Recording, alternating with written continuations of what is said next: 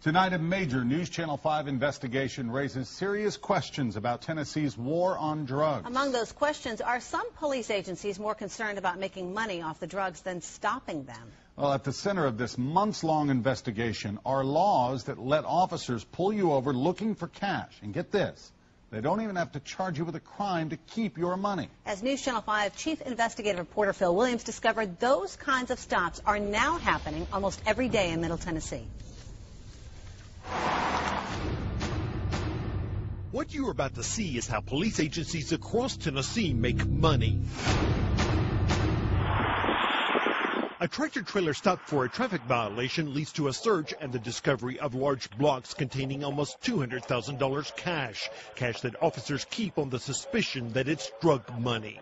What's wrong with having a large amount of cash? Corwin Petrosian refuses to admit that there's anything suspicious about the stash that police discovered in the truck he owns. Officers later released his father, who was driving, without filing a single charge. And authorities cut a deal that let Petrosian come to Tennessee to get his big rig back. If I am a criminal, if they allege me to be a criminal, why would they settle? They do not just let criminals go.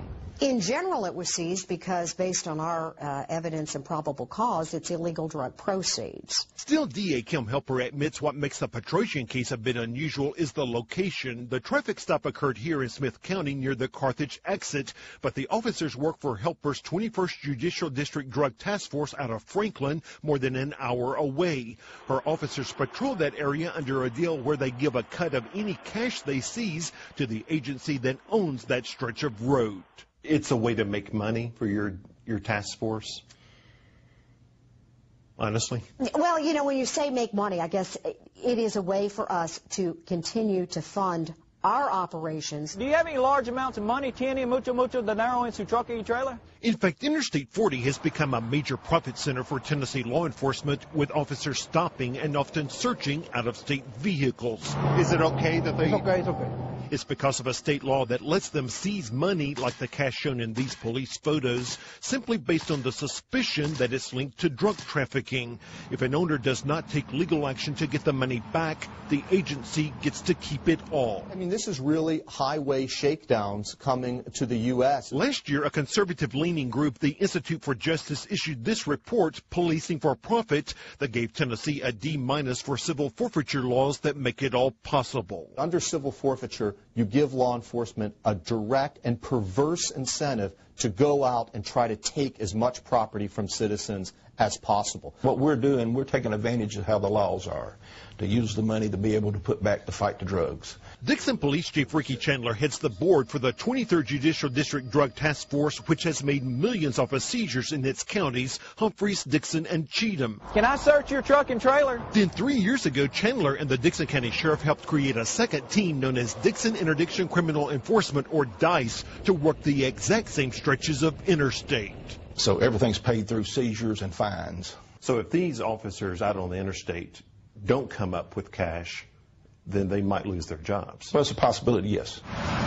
Out here on the interstate, interdiction officers have a choice. Conventional wisdom is that the drugs come in from Mexico on the eastbound side, but the money goes back on the west. While both agencies have made some big drug cases, we spotted both the 23rd and DICE staging time and time again with their backs to the drug side. In fact, a review of daily activity sheets kept by the 23rd discovered that when officers noted the location of their traffic stops, there were 10 times as many on the money side. We want both sides of the road worked.